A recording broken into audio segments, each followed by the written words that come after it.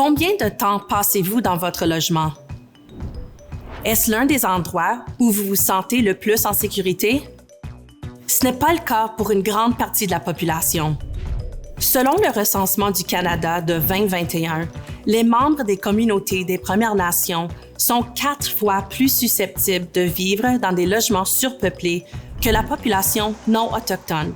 Un logement est considéré comme surpeuplé lorsque son nombre de chambres n'est pas suffisant pour le ménage. Les membres des communautés des Premières Nations sont également 6 fois plus susceptibles de vivre dans des logements nécessitant des réparations majeures.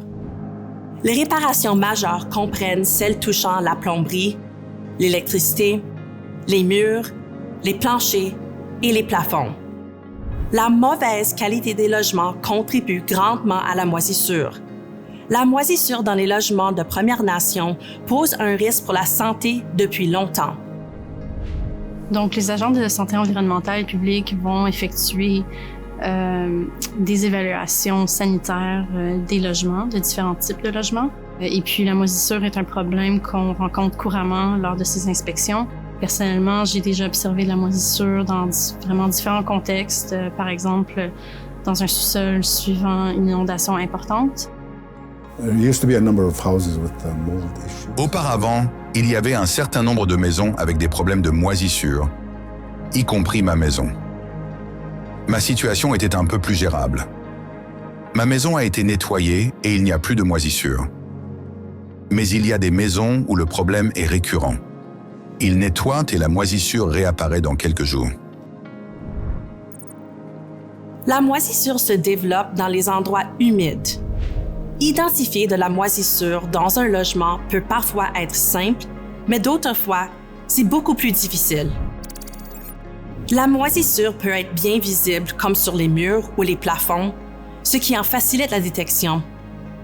Toutefois, il peut aussi se cacher dans des endroits moins évidents comme derrière les murs, sous les tapis et les planches de plancher ou dans votre système de CVC, où il est beaucoup plus difficile à trouver.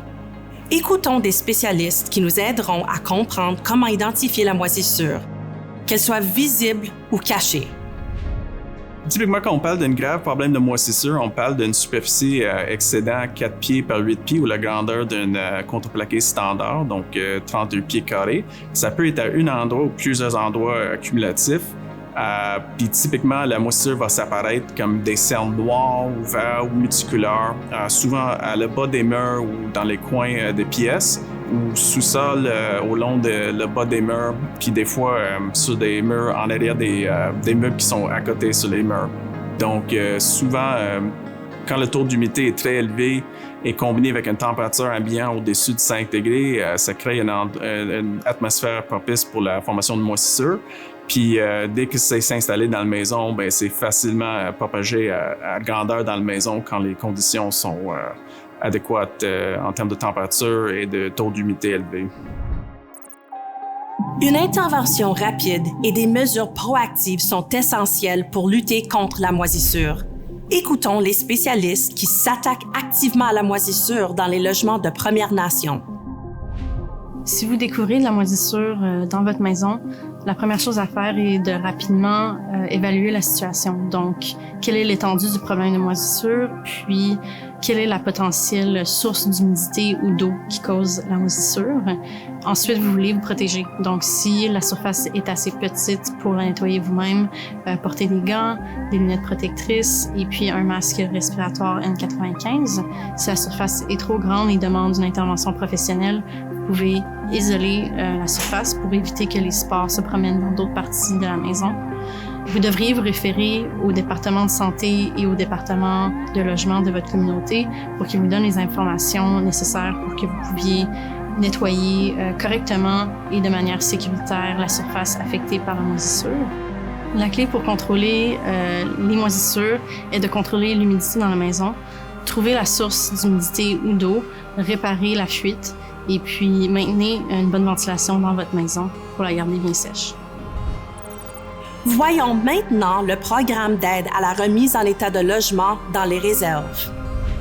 Nous offrons le programme de PAREL, donc programme de remise en état des logements pour les Premières Nations. Ce programme vise une remise en état complète de la maison, donc ça va toucher plusieurs travaux nécessaires pour rendre la maison habitable puis en salubrité. Donc parmi les travaux admissibles, la décontamination de la moisissure est un travail admissible.